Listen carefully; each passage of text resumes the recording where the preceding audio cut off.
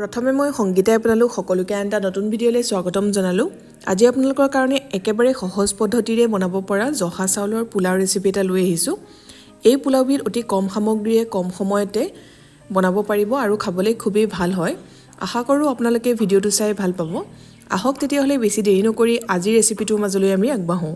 পোলাও বনাবৰ বাবে এয়া গেছত কুকাৰ এটা পাতি থৈছোঁ। কুকাৰটো গৰম হোৱাত ইয়াতে অকণমান ৰিফাইন তেল দিলোঁ আৰু লগতে দিছোঁ ডাঙৰ চামুচেৰে 3 চামুচমান ঘি আৰু ৰিফাইন মই দুটাই ব্যৱহাৰ কৰিছোঁ। আপোনালোকে যিকোনো এবিধো ল'ব পাৰে, কিন্তু অকণমান ঘিউ দিলে পোলাওখিনি গোন্ধটো বেছি ধুনীয়া হয়।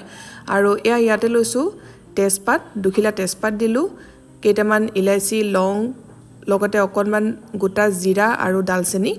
আপোনালোকে এই মছলাখিনি পোলাও যিমান বনায় সেইটো হিচাপত কম বেছিকৈ ল'ব পাৰে।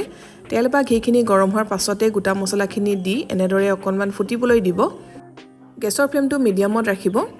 মছলাখিনি ভালদৰে ফুটি অহাত এতিয়া ইয়াতে যোগ কৰি দিছোঁ পিঁয়াজ।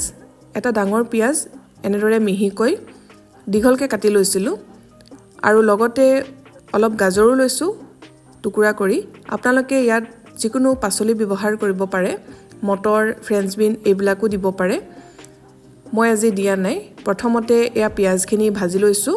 পিঁয়াজখিনি ৰঙচুৱাকৈ ভাজি ল'ম। তাৰ পাছত বাকীখিনি গাজৰ, মটৰ বা ফ্ৰেঞ্চ বিন যদি আপোনালোকে ব্যৱহাৰ কৰে সেয়া যোগ কৰি দিব। পিঁয়াজখিনি ভালদৰে লৰাই মিডিয়াম জুইতে অলপ ৰঙচুৱা হোৱালৈকে ভাজি লৈছোঁ। এতিয়া ইয়াতে ডাঙৰ চামুচেৰে এচামুচ আদা নহৰু পেষ্ট দিছোঁ। নহৰুৰ পৰিমাণ অকণমান বেছিকৈ আছে, আদাৰ পৰিমাণ কমকৈ ল'ব আৰু গোটেইখিনি ভালদৰে লৰাই ল'ব। এনেদৰে কেইছেকেণ্ডমান ভাজি লোৱাৰ পিছতে ইয়াত বাকী সামগ্ৰীখিনি যোগ কৰিম। এয়া দেখিছে পিঁয়াজৰ কালাৰটো অলপমান সলনি হৈ পৰিছে। এইখিনি ভালদৰে ভজা হৈ গ'ল আৰু কোমলো হৈ পৰিল। পিঁয়াজখিনি অলপ ভাজি লোৱাৰ পাছতে ইয়াত যোগ কৰিছোঁ চেনি। ডাঙৰ চামুচেৰে 2 চামুচ চেনি দিছোঁ। আপোনালোকে নিজৰ হিচাপত অলপ কম বেছিকৈ ল'ব পাৰে। তাৰপিছত ইয়াত যোগ কৰিম ড্ৰাই ফ্ৰুটছ। ড্ৰাই ফ্ৰুটছৰ ভিতৰত মই কাজু আৰু কিচমিচ লৈছোঁ। প্ৰথমতে কাজুখিনি দি ল'লোঁ। যিহেতু কিচমিচ সোনকালে ৰঙচুৱা পৰি যায় সেইবাবে অলপ পিছত যোগ কৰিম। এতিয়া পিঁয়াজৰ লগতে ড্ৰাই ফ্ৰুটছখিনিও ভালদৰে ভাজি ল'ম অলপ ৰঙচুৱা হোৱালৈ। এয়া ভালদৰে ভাজি লোৱা হোৱাৰ পাছত এতিয়া মই ইয়াত যোগ কৰিছোঁ কিচমিচ আৰু আগতে কাটি থোৱা গাজৰখিনি। এতিয়া গোটেইখিনি ভালদৰে এবাৰ লৰাই লৈছোঁ। কেইছেকেণ্ডমান ভাজি লোৱাৰ পিছতে ইয়াত আমি চাউল যোগ কৰিম। পোলাওখিনি বনাবৰ বাবে মই ইয়াত 2 গিলাচ জহা চাউল ভালদৰে ধুই পানী টুকি এনেদৰে থৈ দিছিলোঁ। এইদৰে পোলাওখিনি বনোৱাৰ আগতেই আপোনালোকে চাউলখিনি ধুই ৰাখিব। তেতিয়া কোমলো হৈ পৰে, লগতে চাউলখিনি এনেধৰণৰ এটা এটা হৈ পৰিব। এতিয়া ইয়াতে মই ধুই ৰখা জহা চাউলখিনি দি দিছোঁ। চাউলখিনি গিলাচ এটাৰে জুখি ল'লে পিছত পানী দিবলৈ সুবিধা হয়। এয়া মই চাউলখিনি দি ল'লোঁ আৰু এতিয়া কম জুইত 2 মিনিটমানৰ কাৰণে ভালদৰে লৰাই ভাজি থাকিম। লৰাওঁতে সাৱধানে লৰাব, যিহেতু এইখিনি অৱস্থাত খুবেই কোমল হৈ থাকে চাউলখিনি। সেইবাবে খুব লাহে লাহে এনেদৰে লৰাই থাকিব।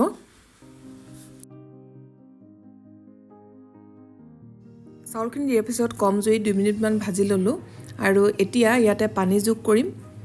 যিটো গিলাচেৰে চাউল জুখিছিলোঁ সেই একে গিলাচেৰে এতিয়া পানী দিছোঁ। 2 গিলাচ চাউল লৈছিলোঁ আৰু 2 গিলাচ চাউলৰ বাবে মই ইয়াত 2 গিলাচ পানীয়ে ব্যৱহাৰ কৰিছোঁ, বা তাতকৈ অকণমান বঢ়াইও দিব পাৰে, কিন্তু বহুত বেছিকৈও নিদিব। ভালকৈ এবাৰ লৰাই দিছোঁ। এয়া মন কৰিছে চাউলখিনি অকণমান ডুব গৈ আছে, এনেধৰণৰ হ'লেই হ'ব। ইয়াতকৈ আৰু বেছি পানী দিব নালাগে।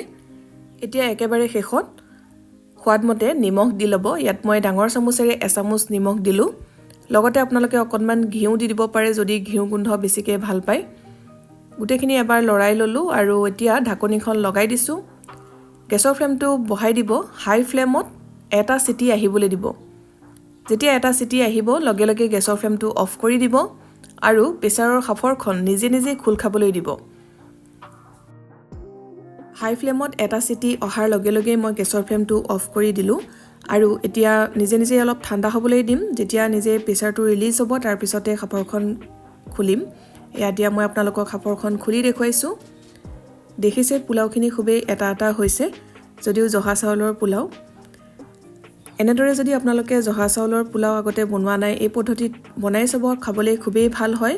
লগতে পোলাওখিনিও এটা এটা হ'ব হেতাখনে অকণমান এনেদৰে তল ওপৰ কৰি দিব আৰু এতিয়া এই পোলাওখিনি আপোনালোকে মন পছন্দৰ যিকোনো কাৰীৰ লগত পৰিবেশন কৰিব পাৰে খাবলৈ খুবেই ভাল হয় লগতে গোন্ধটোও খুব ধুনীয়া হয় জহা চাউলৰ বাবে আশা কৰিছোঁ আপোনালোকে ৰেচিপিটো ভাল পালে যদি ভাল পালে ভিডিঅ'টো লাইক কৰি দিব লগতে শ্বেয়াৰ কৰিব যিসকলে চেনেলটো এতিয়ালৈকে ছাবস্ক্ৰাইব কৰা নাই ছাবস্ক্ৰাইব কৰি কাষতে থকা বেল আইকনটো প্ৰেছ কৰি অল কৰি ৰাখিব তেতিয়া আহিবলগীয়া ভিডিঅ' নটিফিকেশ্যনবিলাক আপুনি পাই থাকিব আকৌ লগ পাম নতুন ৰেচিপিৰ সৈতে ভিডিঅ'টো চোৱাৰ বাবে বহুত বহুত ধন্যবাদ